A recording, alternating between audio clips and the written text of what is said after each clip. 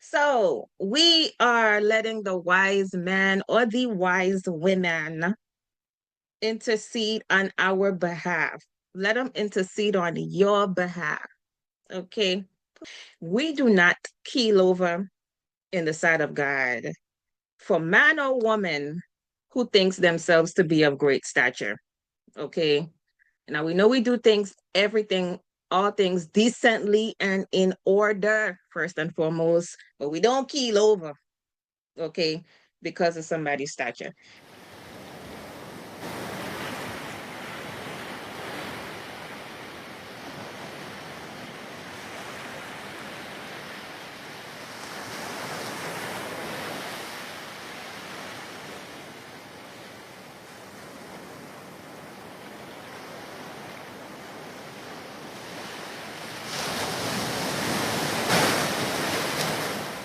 I praise to the Most High.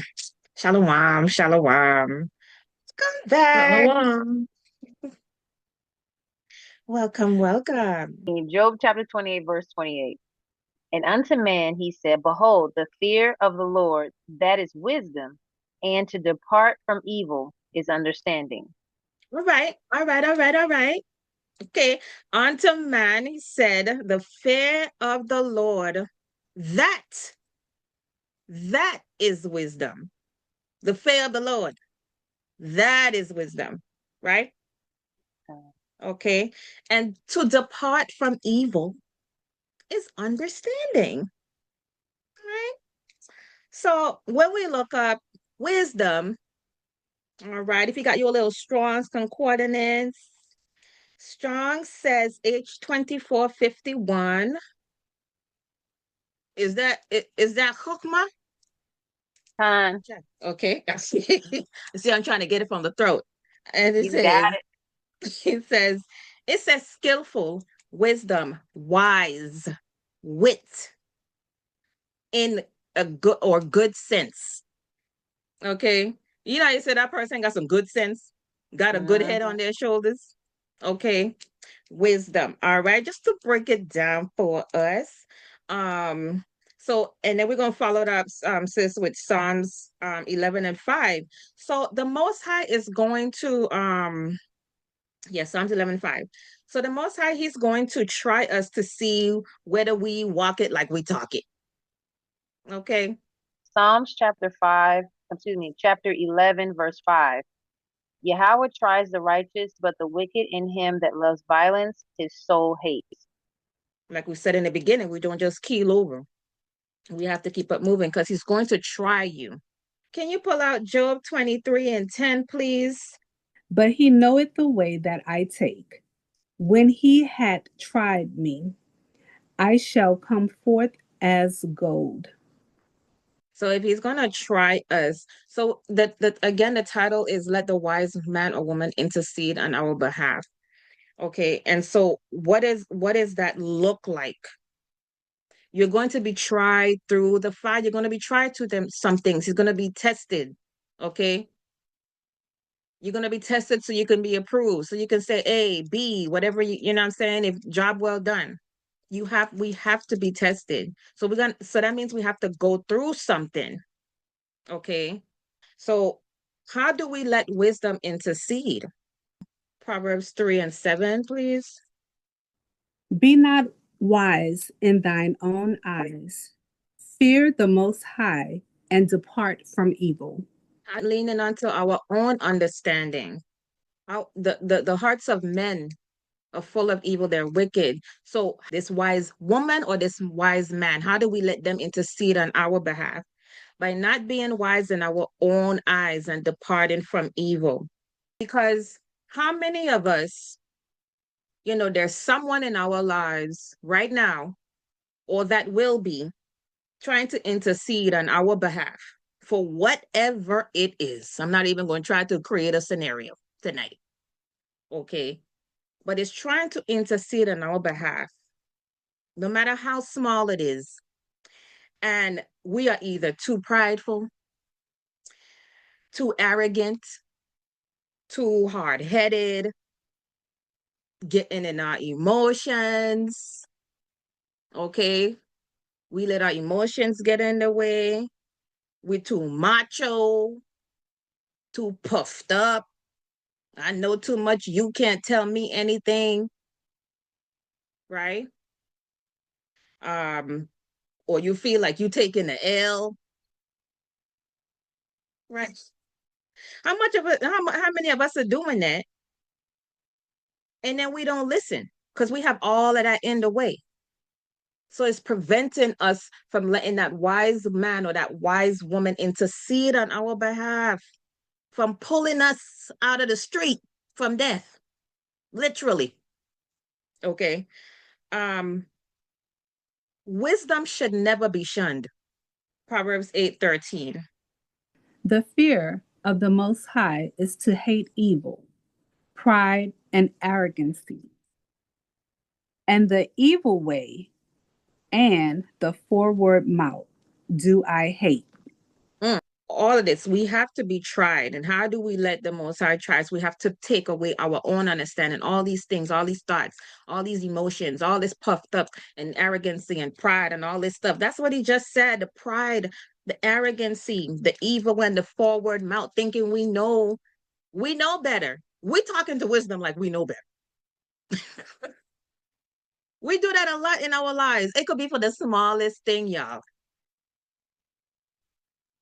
We have quite a few examples in the book, okay, when someone with some great wisdom was trying to lead us the right way, and we thought we knew better. Y'all remember Moses? Okay. And when he dragged us, he dragged us out there in the middle of nowhere, and them Hebrews was out there like, well, you brought us out here to die. We could have been back there. I ain't seeing the fruits of what you talking about yet. It's been 20 years. I ain't seen it yet. We could hike back to where we was. What is you talking about?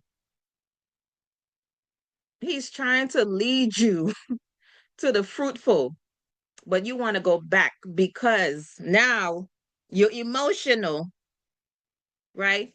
And we don't want to try through the fire. We don't want to go through it. We want it to happen now. Okay. Moses, now a lot of people today, like if we could equate that today real quick, y'all. Moses was what? He had what did it say specifically? He had a stammering speech or like a staggering. I don't know Kind what of stammering. stammering. So I don't Hmm. know if that's like a what do you call it? What do you Stutter. call it? A It's a stutter. stutter. Stutter. Kind of. Hmm. A stutter, right? Yeah. Like if we equate that today, y'all, you can imagine a Hebrew walking up on you, stuttering at you, trying to tell you something. And a lot of our people would look at him like, you can't even talk, you know?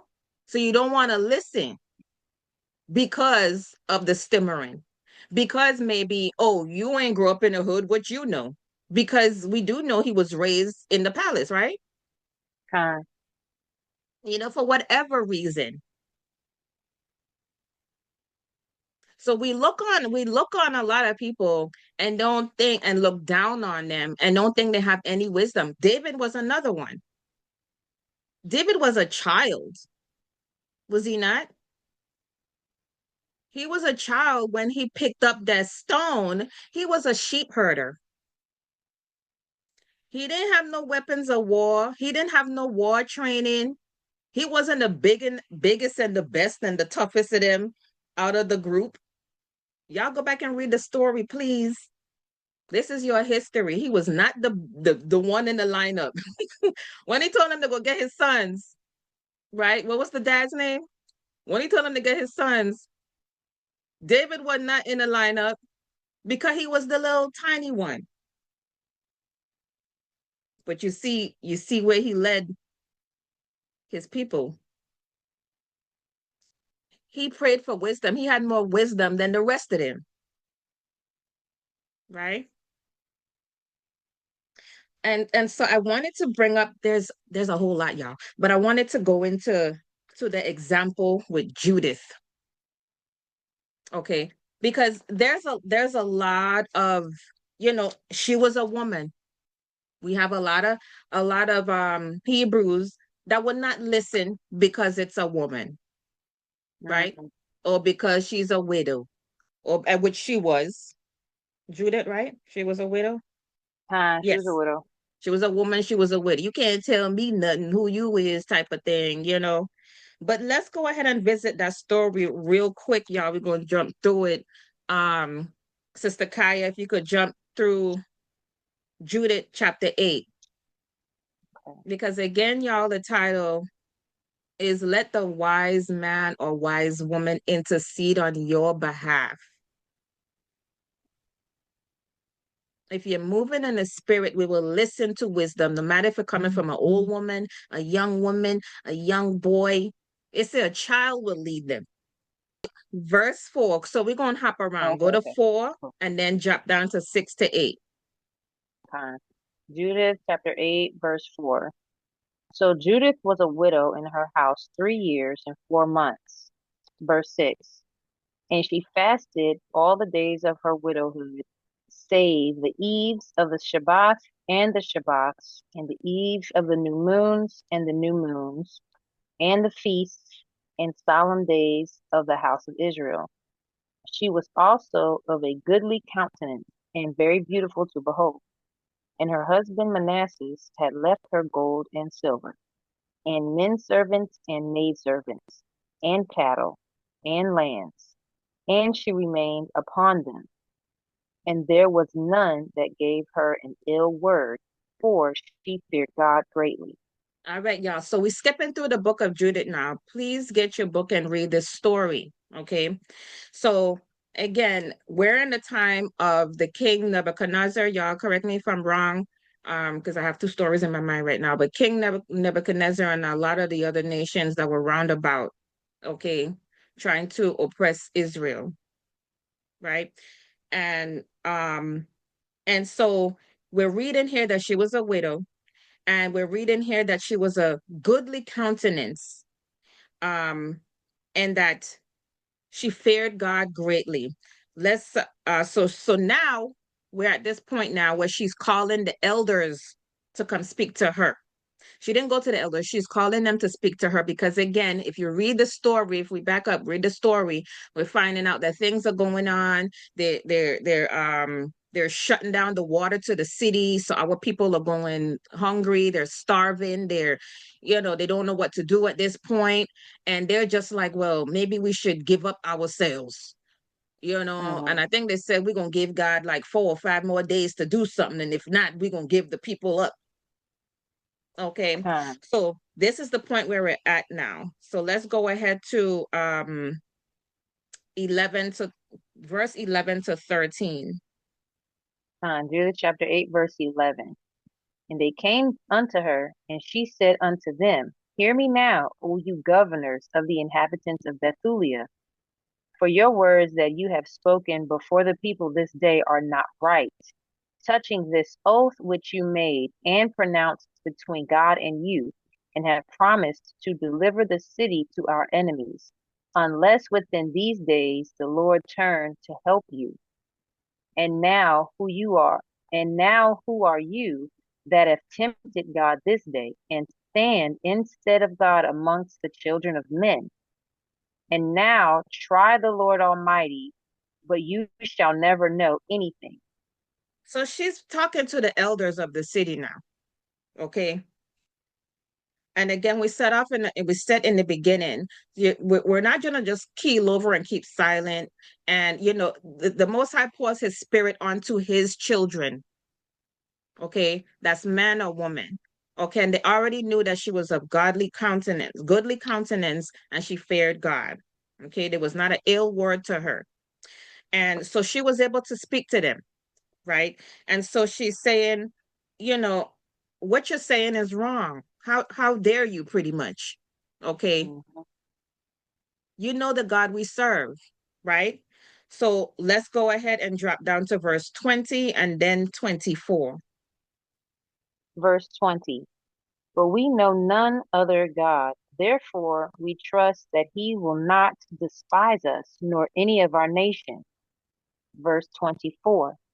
Now, therefore, O brothers, let us show an example to our brothers, because their hearts depend on us and the sanctuary. and the house, and the altar rest upon us. Fine.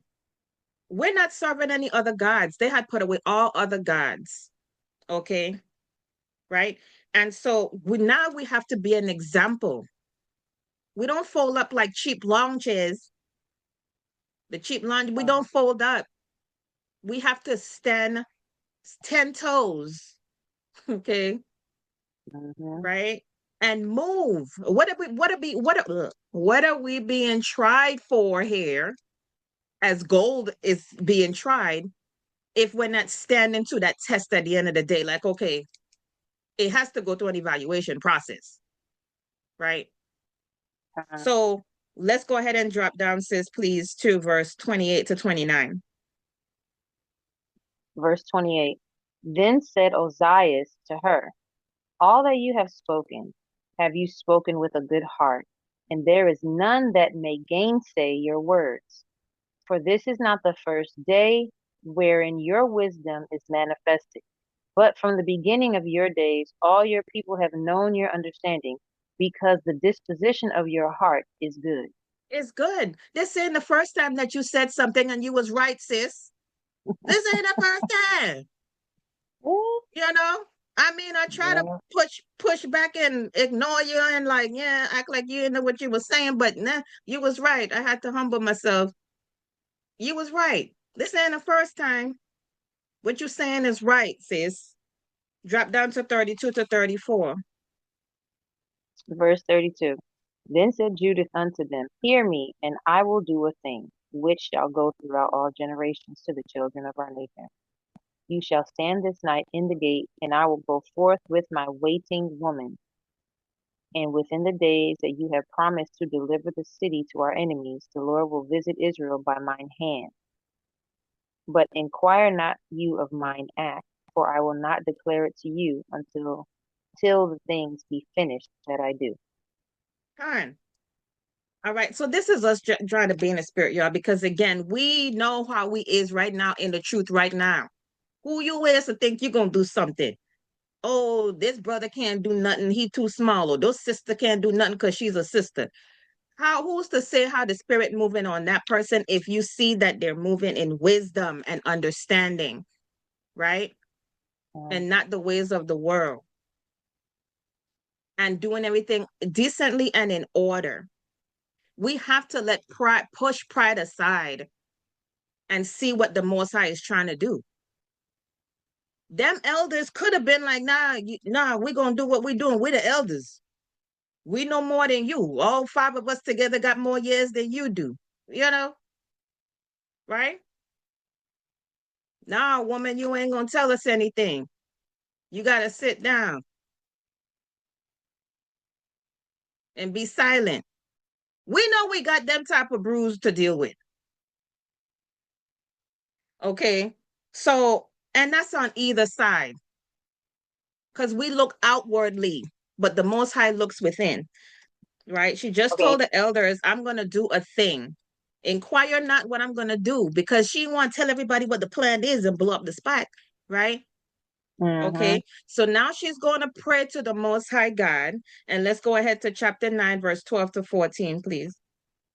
Judith chapter 9, verse 12. I pray you, O God of my father, and God of the inheritance of Israel, Lord of the heavens and earth, creator of the waters, King of every creature, hear you my prayer, and make my speech and deceit to be their wound and stripe, who have purposed cruel things against your covenant and your hallowed house, and against the top of Sion, and against the house of the possession of your children, and make every nation and tribe to acknowledge that you are the God of all power and might, and that there is none other that protects the people of Israel but you. And none else. This is her prayer. So now she's going to go ahead and get changed up, take off her garments of widowhood, and get dazzled up. Okay. She's going to get dazzled up with all eyes on her. And it's like, really? That's how you be doing it, Judith? Okay. So let's go ahead to chapter 10, verse 7 to 8, sis. Chapter 10, verses 7 through 8. And when they saw her, that her countenance was altered, and her apparel was changed, they wondered at her beauty very greatly, and said unto her, the God of our fathers, give you favor, and accomplish your enterprises to the glory of the children of Israel, and to the exaltation of Jerusalem. Then they worshiped God. Then they worship God. They say, all right, we see you got a plan. Go on here, Judah. You say you're going, all right, we're going to back up a little bit now. Okay. We letting wisdom what? Intercede on Mhm. our behalf. You see that? Even the elders. Go ahead, sis, chapter 13, verse 4 to 8. Chapter 13, verse 4. So all went forth, and none was left in the bedchamber, neither little nor great. Then Judah, standing by his bed, said in her heart, O Lord God of all power, look at this present upon the works of mine hands for the exaltation of Jerusalem. For now is the time to help your inheritance and to execute mine enterprises to the destruction of the enemies which are risen against us. Then she came to the pillar of the bed, which was at Ophernes' head, and looked down his falchion from thence, and approached to his bed, and took hold of the hair of his head, and said, Strengthen me, O Lord God of Israel, this day. And she smote twice upon his neck with all her might, and she took away his head from him. Took away his head from him. And again, for the sake of this conversation tonight, we're just jumping through. Judith, please read this story. All right, this is your history. And so I I brought out that story because again, these were great elders we were talking about in the city. Okay, men of stature, men of renown, men of positions and offices. But they went ahead and realized that even through this widow, wisdom was interceding on their behalf. Because if not, they were going to just go ahead and lay down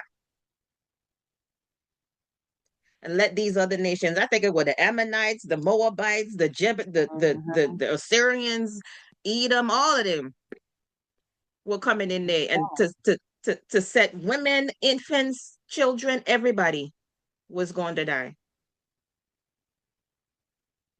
You see that? And so they did not let pride, this is the point, they did not let pride get in the way. They didn't let all their years on board in the government get in their way. There was the arrogancy has to go in order for us to let that wise woman or man to intercede on our behalf. And like I said earlier, everybody think that you're taking an L these days. And the book does say take the low at times, but that's when you're dealing with someone where it's like, okay, the back and forth is not happening. Let me just, you got it. But when you're listening to Right. wisdom, that's not taking the low. That's not taking an L to listen to wisdom. Not at all. That's a win. A win-win. Wisdom. Okay. When you listen to wisdom, that's a win-win. Not a L. So we just gotta humble ourselves on the side of the most high. We just have to humble ourselves. Again, no matter how small, I'm gonna emphasize that no matter how small the situation Mhm. is. Okay. And no matter who it comes through. Sometimes, our own children will be like my yeah, I'm just gonna go. Yeah, my children will be like, Ma, you ain't supposed to have that piece of chocolate. Yep. Listen, I'm not. It's not good for me. Okay.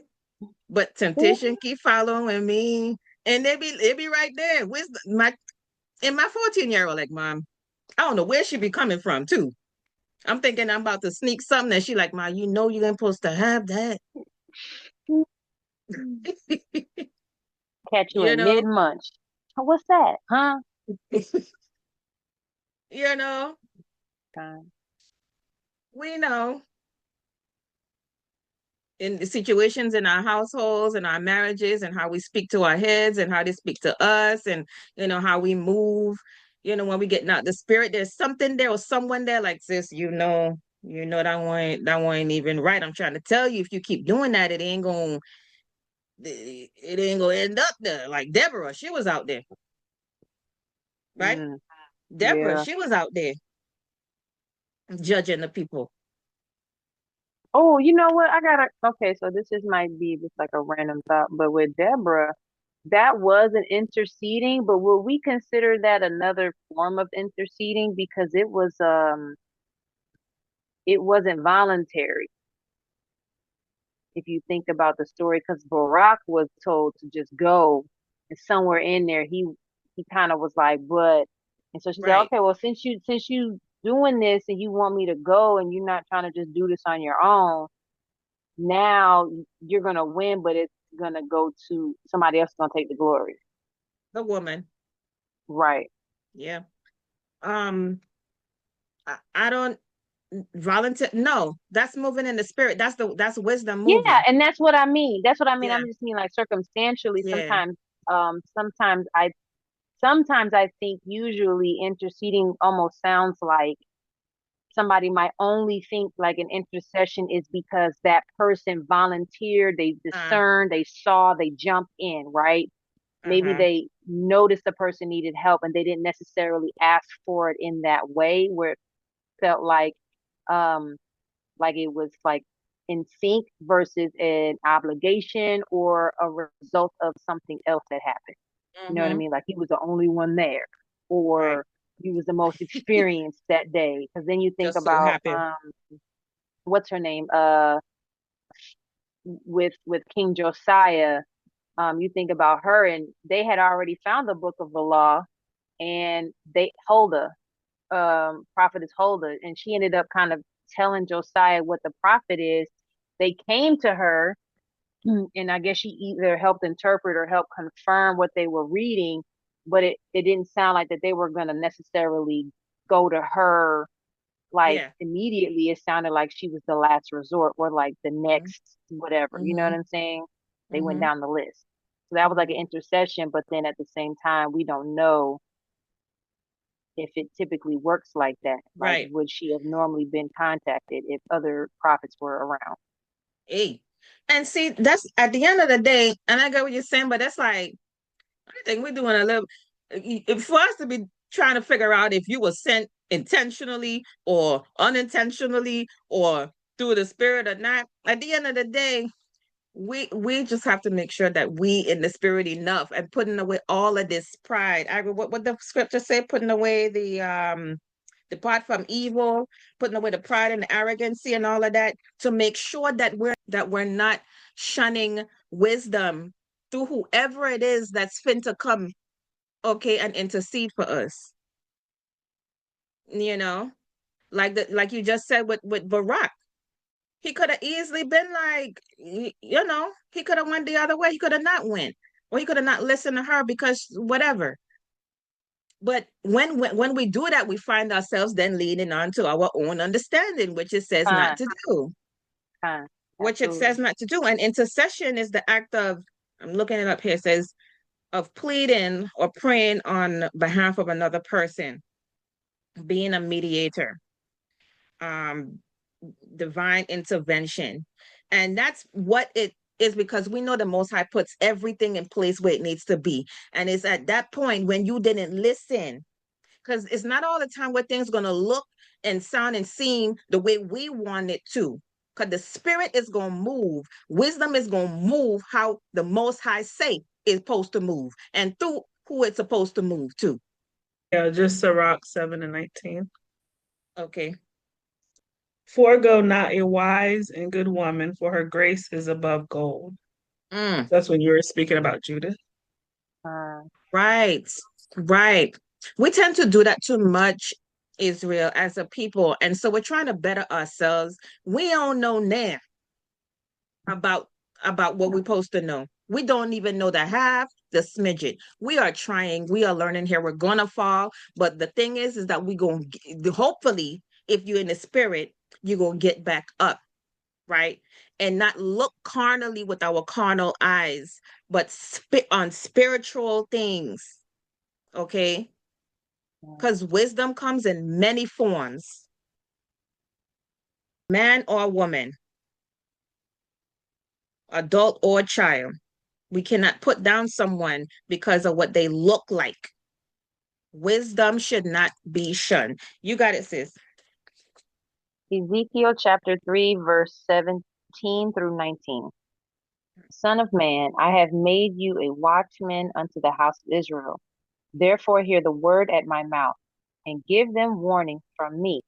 When I say to the wicked, you shall surely die, and you give him not warning, nor speak to warn the wicked from his wicked way to save his life, the same wicked man shall die in his iniquity, but his blood will I require at your hand. Yet if you warn the wicked, and he turn not from his wickedness, nor from his wicked way, he shall die in his iniquity, but you have delivered your soul. You have delivered your soul. You know what that means in layman's terms? Wisdom has a job to do. You have a job, whether you're a wife, you're a husband, you're a sister, you're a best friend, you're an aunt, you're an uncle, okay? In the church, married, unmarried, courting.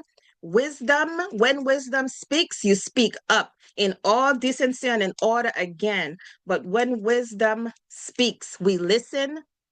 And when he pours that spirit onto you in the spirit, you have to say something. That's what it just says. We have to be there.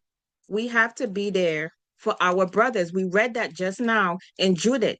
We have to be an example, she says. You elders, you have to be the example. And if you forgot, I'm here to remind you. That's what she said. Don't fold up now. I'm here to remind you because sometimes, we need reminded. Okay.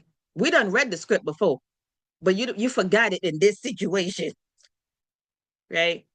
Israel, we hard-headed. Okay.